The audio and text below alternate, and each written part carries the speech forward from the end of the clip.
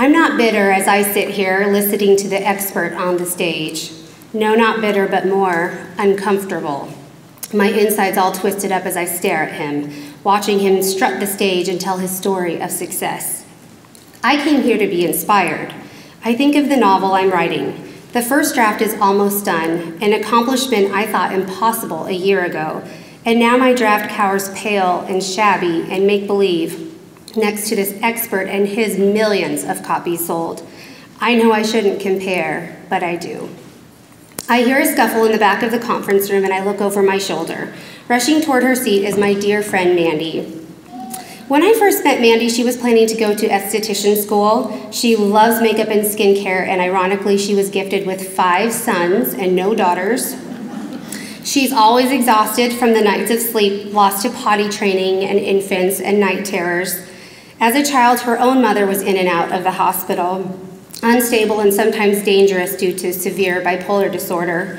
And now, instead of esthetician school, Mandy stays home with her 5 boys, trying to be the mother to them that she never had for herself.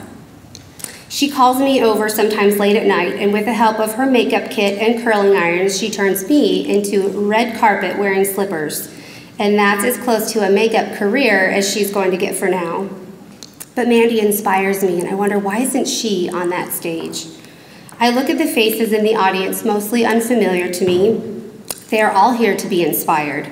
But what are their stories, I wonder?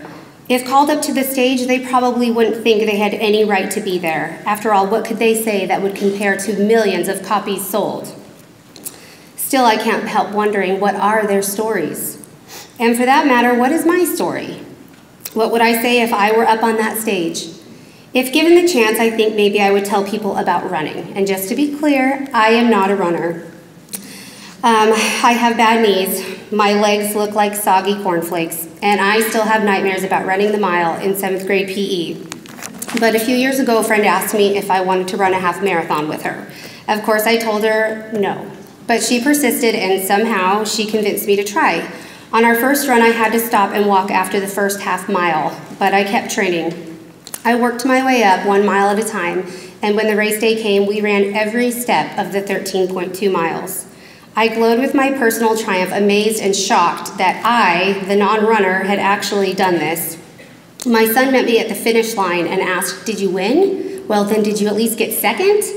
How sad he was to find out that Mommy was preceded by hundreds of racers. But it was precisely because I came in number 241 that the experience was so important in my life. I don't run anymore. That was a one-time thing for me, a chance to prove to myself that I don't have to be perfect. I don't have to accept the world's definition of success. I don't even have to look cute in my jogging shorts. I just have to do the best I can in the season of life that I am in. I taught myself to bake by watching YouTube tutorials while my kids stood on their stools next to me, dipping their little fingers into the batter for taste tests, until I lost track of the recipes and often had to start over. I learned interior design by perusing library books while my children neither walked nor whispered nearby. I learned how to write a novel by listening to audiobooks of the greatest writers on earth while I rocked my babies in the night or washed dishes at the end of a long day. And I learned how to whitewash brick by picking up a paintbrush and trying for myself, while my husband watched, gripping the arm of the sofa and reminding me that replacing the brick was not an option. I did mess up, by the way, but I fixed it, and I learned a lot in the process. Yet even with all of this, I sit here listening to millions of copies sold, and I'm feeling afraid again. Compared to this guy, my small triumphs don't feel like much. I look over at Mandy, and all of the faces pointed toward the stage, eyes set on the expert, eyes fixated and fascinated and pleading to know, will my turn ever come? Will anyone ever care about what I have to say, about what I can do? And now I think if I were on that stage, I know just what I would say. What about you, I'd ask. The busy mom who dedicates your life to slapping together sack lunches and folding laundry, reading Happy Birthday Moon, and writing love notes to your children. What if you never see your name printed on a book jacket? What if your coworker gets all the credit for your big idea?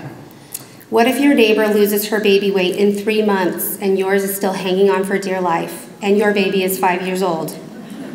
I would say it's okay. Get out from the shadow of millions of copies sold or 200 likes on Facebook or whatever it is that's making you feel like you're not enough. Start with small goals and celebrate when you meet each one. Dig up the painting you did years ago and put it somewhere that you can see it. Try something that terrifies you and then marvel at all you learned, because you never know, someone who enjoyed that well-balanced sack lunch you just made might be watching when you amaze us all. The audience whistles and cheers, and I snap out of my thoughts. I realize I've been silently preaching to myself all through the expert's grand finale.